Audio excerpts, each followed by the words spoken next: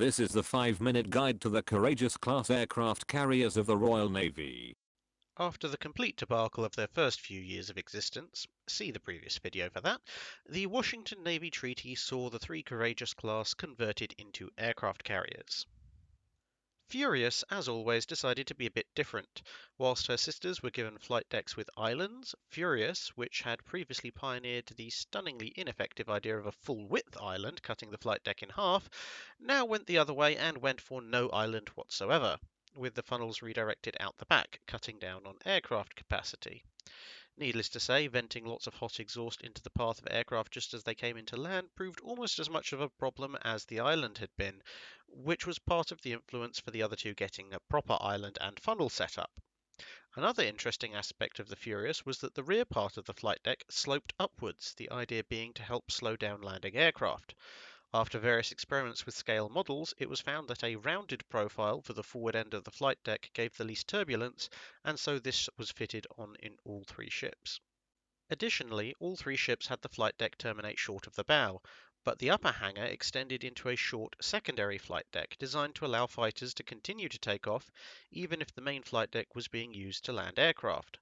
Over time, as aircraft got heavier and thus longer takeoff runs were needed, this feature became less useful, although it was quite commonly found on a number of interwar carriers. The ships would get a variety of guns during their lives, mainly a mixture of 4 and 4.7-inch dual-purpose guns and 2-pounder pom-poms, which was a 40mm gun. Furious would also get nearly 2 dozen 20mm Oerlikons later in life, but the mix is so wild it's not really worth trying to specify each ship here. After all of these modifications, it was found Furious could carry 36 aircraft internally, and the other two were capable of carrying 48 apiece. Although if they parked their aircraft on deck, as was American practice, this could be increased. Although you can see from this why this wasn't normally done in British waters. Furious would continue to be the special child of the family, becoming a testing ship for almost every aircraft the Fleet Air Arm would ever fly in the propeller age, including at one point greasing the flight decks down to test if you could launch float planes off a carrier, apparently yes, and also conducting the first carrier landing at night. In 1939, she finally received a little island on the right-hand side. Isn't it cute? The outbreak of the Second World War saw the three ships meet very different fates. The Courageous had a wartime career of less than a month. Sent out with some escorts to test an early idea that carriers would make excellent submarine hunters thanks to their large air groups, she proved the idea rather spectacularly wrong by being promptly sunk by the U-29. Glorious was sent to look for Graf Spee while that ship was in the Indian Ocean, unsuccessfully, before operating in the Mediterranean and then heading back to the home fleet to provide cover for British operations in Norway. She transferred and operated a wide variety of aircraft including Gloucester Gladiators, Hawker Hurricanes and Walrus flying boats from the RAF, as well as her own air group. When the order to evacuate Norway came, she claimed a first, as the Hurricanes that landed aboard the ship were the first high-speed monoplanes to land without tailhooks to slow them down. But unfortunately, with only 2 destroyers as escort, no combat air patrol, and no aircraft ready to launch, she was found and sunk by the Scharnhorst and Gneisenau on her way back to the UK.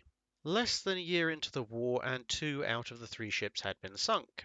But what about Furious? Well, Furious would remain the special one, now managing to survive all manner of incidents, first replacing the Courageous, then being moored next to the Royal Oak in Scapa Flow, right up until the day before the U-47 sunk the battleship at anchor.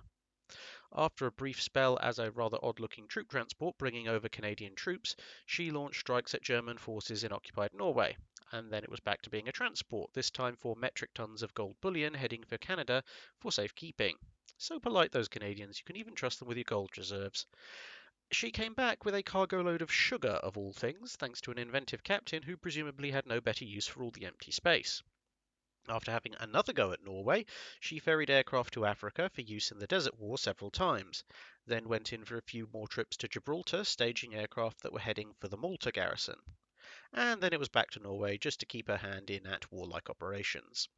Probably feeling something like a yo-yo, it was back to ferrying aircraft to Malta again until late 1942, when she finally got stuck into some proper action, her aircraft attacking targets in support of Operation Torch, before heading back to, yes, you guessed it, Norway, to distract the Germans from the landings in Sicily.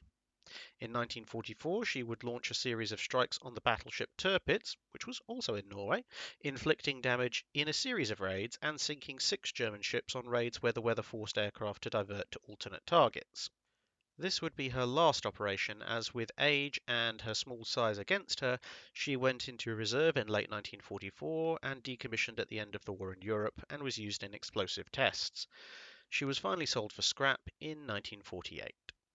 That's it for this video. Thanks for watching. If you have a comment or suggestion for a ship to review, let us know in the comments below.